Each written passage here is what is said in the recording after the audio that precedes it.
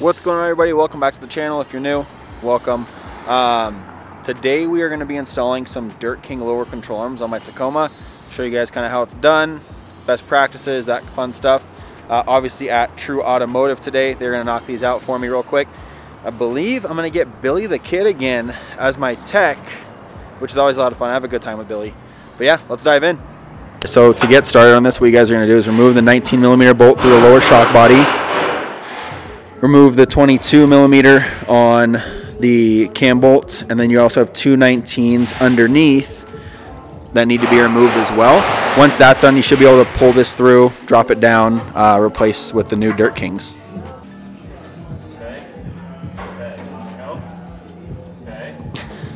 So Billy's training my lower control arms here, teaching them to stay.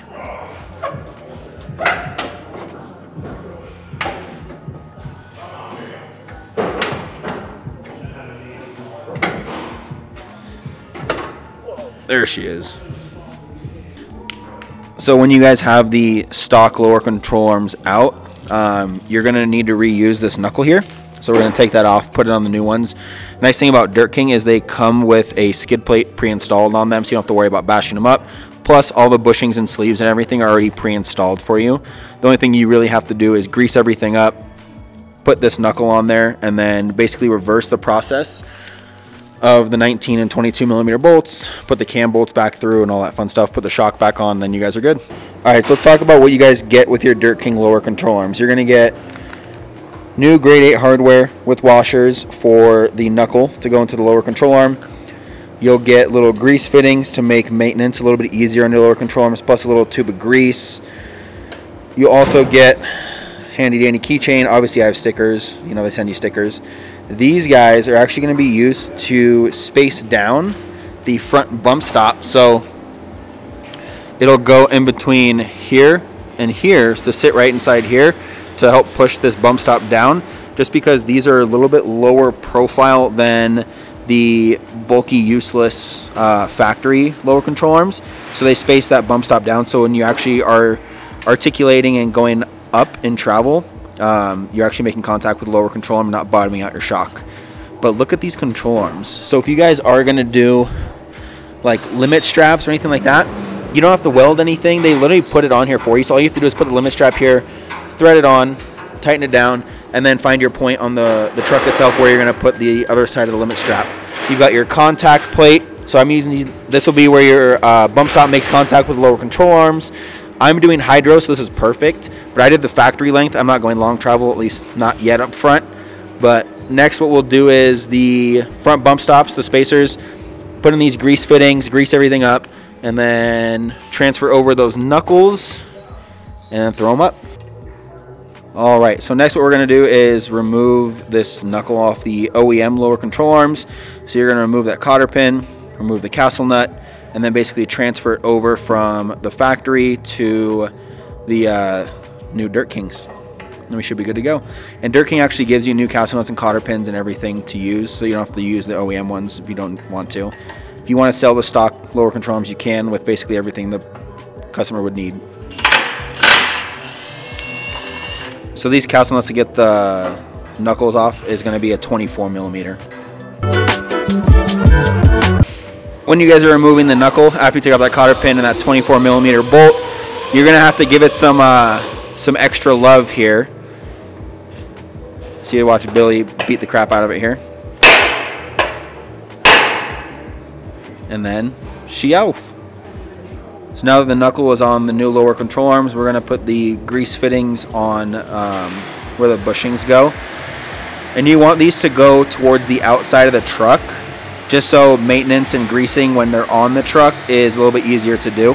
And you don't over tighten them. They don't need to be super tight, so don't sit there and crank on them.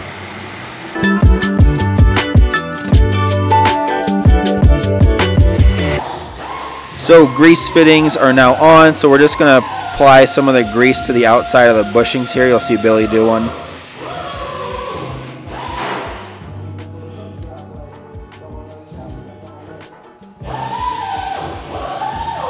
So once we're done applying grease to the lower bushings, we're going to throw this control arm back up, and then reverse everything we did to take them off.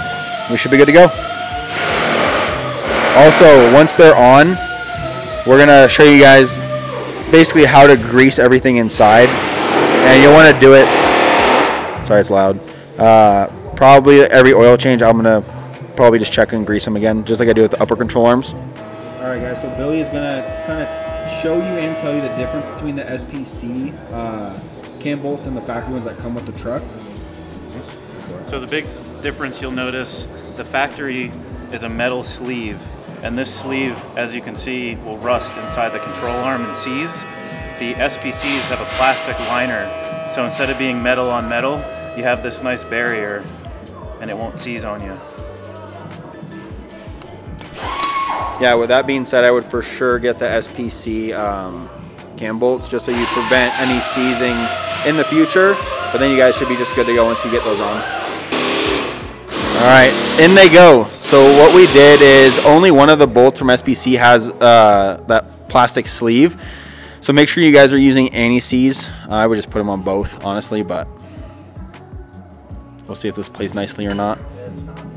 It's not. The Marlin crawler kit forces everything tighter.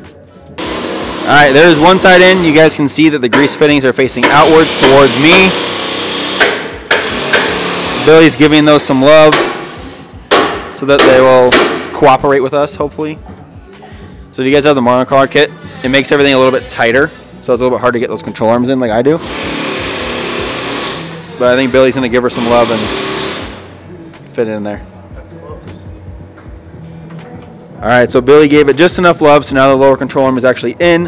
When you guys are putting the SPC bolts into the lower control arms, the bolt with the sleeve will go in the front side, so facing on the front of the truck. That sleeve bolt will go in the front of the lower control arm. The regular one will go in the back. Again, make sure to use anti-seize, and then we'll go over torque specs for everything here in just a second. So another shout out to DirtKing. So anytime you guys get their uppers or lowers or anything like that, they literally give you a checklist to make sure you don't forget to do anything, right? So install bump spacer first. We didn't have to do that.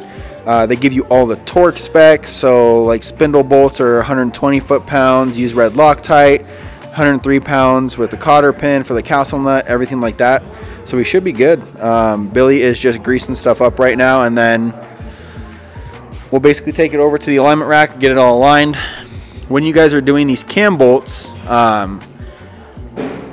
get them on there. You don't have to snug them down yet, but you want to actually tighten them once the truck is on the ground and everything's in place where it's supposed to be. All right, so now that the lower control arms are in and with the cam bolts hanging there, we're going to do the lower knuckle bolts. So you guys are going to use the red Loctite, which you can see there. And then what you'll actually do as well is use these thick washers.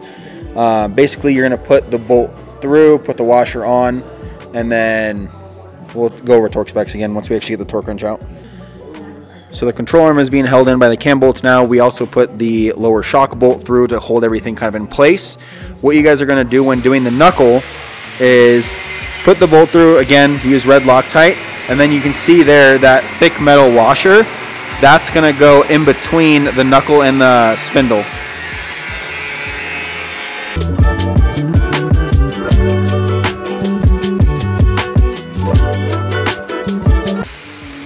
All right, so the lower knuckles are on. It's a 24 millimeter, and then these get torqued down to 120 foot-pounds. All right, everything is kind of snug. We're gonna leave these again until we actually get it on the alignment rack and the truck's on the ground under its own weight. So what we're gonna do is we're gonna torque these guys down to 120, and then the lower shock bolt to 65 foot-pounds, and then we'll go from there.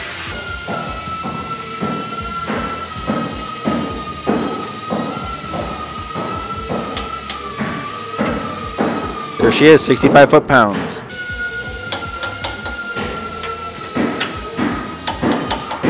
So those are at 120, they're ready to go. To the other side.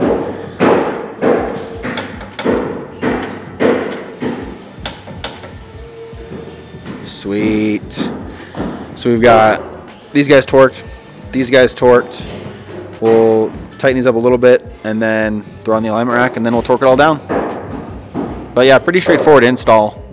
You guys can probably do it at home. I would just recommend doing an alignment same day for sure.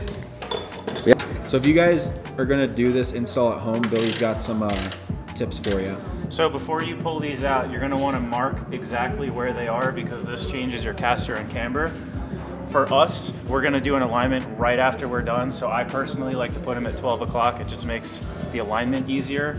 But if you're doing this at home, marking this is gonna get you a close ballpark. And I would definitely recommend getting an alignment right away after doing this. All right, guys, truck is on the rack. Billy is doing his alignment magic here. If you decide to do this at home, basically what you're gonna do when you torque these cam bolts down is torque the front bolt to 157 foot-pounds and that back bolt to 149 foot-pounds.